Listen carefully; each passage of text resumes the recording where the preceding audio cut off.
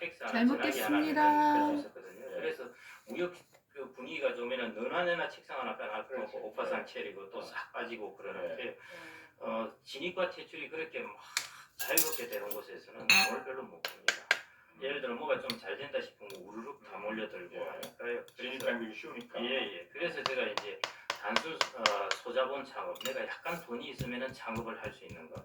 이거는 돈 별로 못 번다고 보시면 됩니다. 왜냐? 남들 다 하는 건 누구나 할 수 있는 것은 이윤이 보장이 안 되고요. 나중에 이제 문을 닫게 되면은 이제 그 보증 비용만 날아가게 되고. 그래서 이제 소위 말해 이제 임대업자하고 인테리어업자들을 키워주는 게 이런 열심히 창업입니다. 그래서 우스갯말로 인테리어업자는 요즘은 이제 가서 인테리어 해주면서 이 양반 한 1년 있으면 그만두겠구나 이런 걸 대충 안다고 그럽니다. 많이 해주다 보니까. 근데 요즘은 이제 이런 것들이 좀 줄었습니다. 한때는 이제 이 위험성이 하도 많이 이야기가 되었어요. 좀 줄기는 했는데요. 여전히 뭐 그래도 사람은 미국도 마찬가지고 미국도 중소기업이 창업하면은 생존율이 30%가 안 된다고 그럽니다. 그럼에도 불구하고 왜 하느냐? 왜 하겠습니까? 방법이 없잖아요. 돈을 벌어야 되고. 또 나는 성공하겠지. 나는 위험한데 지금 용기자지. 나는 치킨집 괜찮을 거야 이거 느낌이 있거든요. 보통 나한테 가수 할 뻔했어. 확률적으로는 서바이벌 한 사람이 30%밖에 안 된다 하더라도 그 사람들한테 물어보면은 자기는 성공하겠다고 생각하는 사람이 7, 80%가 된다는 겁니다. 나는 절대 저 사람들하고 달라. 나만의 이거 노하우가 꼭 있는 것 같거든요. 그게 제일 그게 진짜 리스크네. 그럼 창업은 웬만하면 안 하시는 걸로 해야겠네요. 전문 분야가 아니면. 그렇죠. 전문 분야, 자기가 가지고 있는 개인적인 지식. 저 아는 분은 이제 장직에 관한 컨설팅을 하시는 분인데요. 어떤 장직이 뭐예요? 이제 새로운 직종을 하는 겁니다. 예를 들어 아이패드에 그림을 그리는 아이패드 화가가 된다. 이런 것들 일종의 장직이죠. 이제 자기가 하나하나 조그마한 분야에 완전 장직은 아닌데요. 그나마 조금 차별성이 있는 이제 거기에 관해 이제 컨설팅을 하시는 분인데 이분은 이제 컨설팅 받을 사람을 만나고 하는 것이 이제 카페나 이런 데서 만나세요. 그러니까 고정 비용이 없는 거죠. 그러니까 뭐 별 그런 부분에서 이제 문제가 안 생기는 거고요. 그래서 저는 이제 고정 비용 들어가는 것 그게 이제 제일 문제고 대기업을 이제 꽤 큰 대기업을 나오신 분인데 은퇴 자금도 꽤 받고 했는데 한 10년 만에 다 날아가 버렸어요. 뭐 하다가요? 첫 번째는 이제 큰 고깃집을 하나 차렸고 그 큰 고깃집 차리려면 혼자 안 되니까 일단 파트너십으로 해서 차리긴 했는데 더군다나 동업.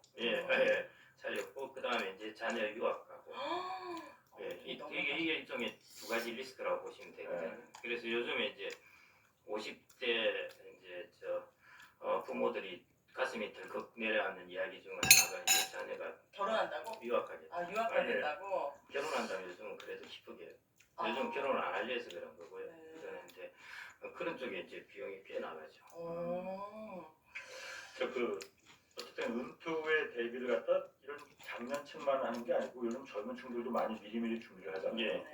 20대, 30대, 40대, 20대는 좀 너무 이른가? 맞아요. 아닙니다. 그래요? 이지 않아요? 연령별로 세대별로 이거 좀 그 은퇴 이후를 준비하는 그 투자 방법 뭐 이런 것도 좀 다르다면서요. 저는 이제 이것도 뭐 요람부터 무덤까지 뭐 이런 이야기를 하는데 요람부터라고 이야기하는 건 꼭 은퇴 준비라는 것은 아니고요. 은퇴 준비 이러니까 사람들이 되게 좀 뭐라 그럽니까 좀 칙칙하기도 하고 이런 느낌, 서글프기도 하고 그러는데 자기의 전체 생애 자산 관리를 한번 생애 관리를 한다고 생각을 하시면 됩니다. 이게 은퇴 이런 시점을 할 게 아니라요. 전체 나의 생애를 태어날 때부터 끝날까지 해서 어떻게 하면 가장 효율적으로 관리를 할 수 있을까? 이 관점에서 보셔야 되는 것이죠. 은퇴 관리가 아니라 그렇게 본다면 이제 이런 경우도 해당되는 거죠. 예를 들어 이제 자녀나 손자가 태어났다. 뭐 손자일 수도 있고요. 그러면 해외 같은 경우는 이제 그런 걸 가끔씩 해주는데 손자한테 축하금으로 투자 통장을 만들어줘서 주식을 사주는 겁니다. 그 다음에 용돈이나 이런 거 줄 때도 한 번씩 무슨 기념일 될 때도 틈틈이 이런 걸 사주는 거예요. 주식으로?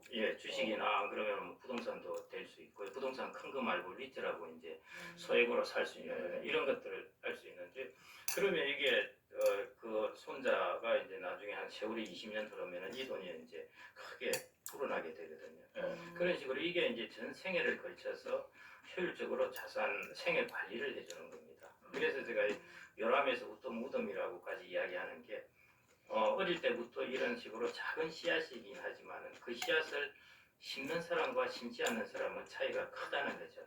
예, 그래서 어릴 때부터 씨앗을 심어주면 좋고요. 이제 지금 40대 부모가 계시다고 그러면은 자기 이제 자녀가 어릴 거지 않습니까? 네, 접니다. 예, 그 자녀한테 그런 통장을 만들어줄 수 있는 거죠. 예, 통장을 만들어줘서 거기에 씨앗을 심듯이 투자라는 게 씨앗이거든요.